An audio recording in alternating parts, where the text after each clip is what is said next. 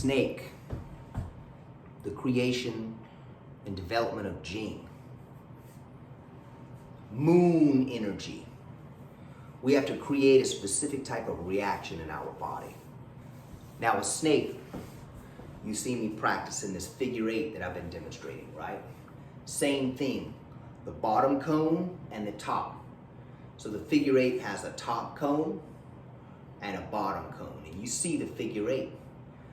The hands do not have to be together. I can separate them.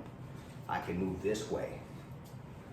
There's all types of different ways you can use this figure 8 because it goes to and from many places, okay? A lot of pathways. But in order to follow these pathways, you have to be able to feel more because your mind, by default, is not going to be able to keep up with these patterns. If your muscles aren't loose enough by default, that you walk around during the day completely relaxed. You're breathing under your navel.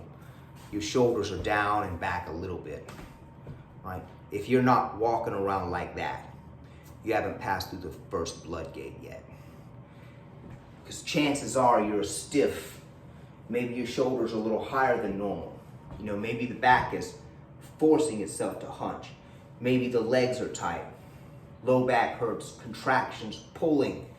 This is why stretching is crucial. Yoga, I highly recommend yoga. Next best thing for yoga, then yoga for getting flexible, jiu-jitsu, right? That'll make you very flexible too.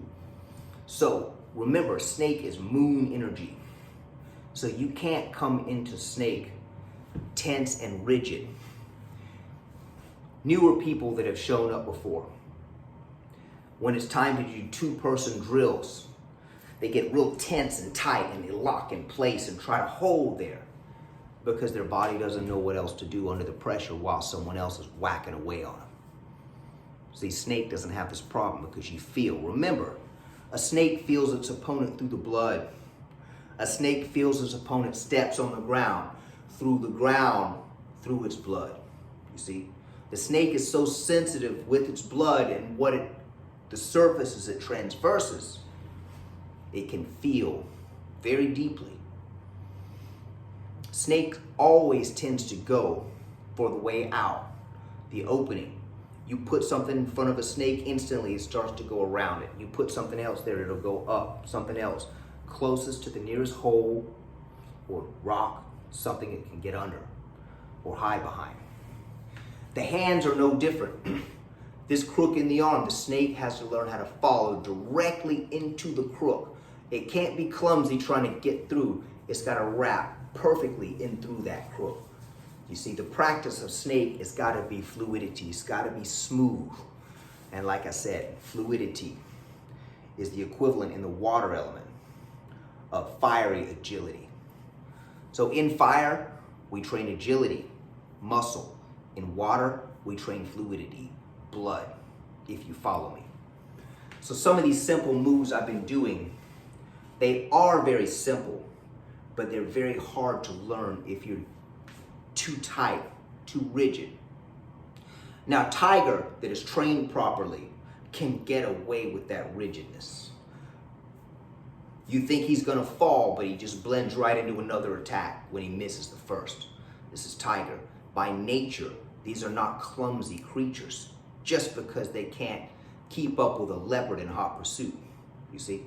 Now, the leopard has a problem with the snake in pursuit, the same problem the tiger has with the leopard, because the leopard dusts the tiger with its agility. Yet the leopard finds that its agility alone is not enough to keep up with the fluidity of the snake, because it's almost like ice skating. Fire is not made to work that smooth.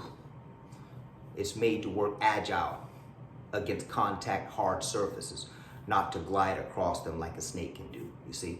So we're talking about water versus fire, an ancient battle, which creates steam, which we get into later. So the muscles can't be too tight. So snake operates from the second chakra, water element, the blood, right? So these movements that I'm demonstrating here are simple, but if you're too tight, You will not feel the path.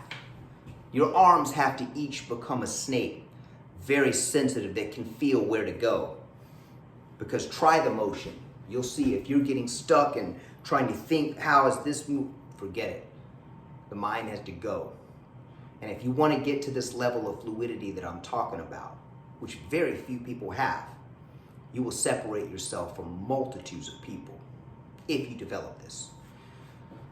Now, the figure 8 that I described is the gateway. This is the mother technique I talk about for developing this. At first, the mind's going to be like, wait a minute, how? One smooth motion. The trick is don't stop. The muscles are going to stop if they're too tight. Now,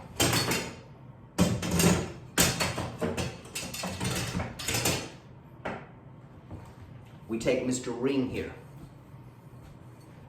This forces that looseness. As long as you know the motion and keep it going, if your muscles are really tight and you keep doing this, I promise you, they will loosen up real quick and they'll come around. So the first step is to do this with the ring. The second step, without the ring. Hands touching or not. Now this is a crucial technique because this technique, the figure 8, the lower cone and the upper cone that work together, see, high, the upper cone, the lower cone will yield way to these types of techniques. All of our wraps and coiling techniques will be born out of this.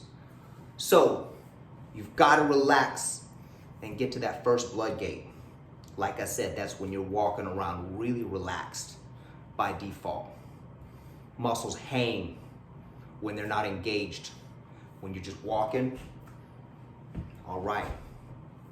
If you found this video informative on the blood gates, JING, and the criteria for snake, click the like button. Even better, subscribe. Seafood Les Clements out.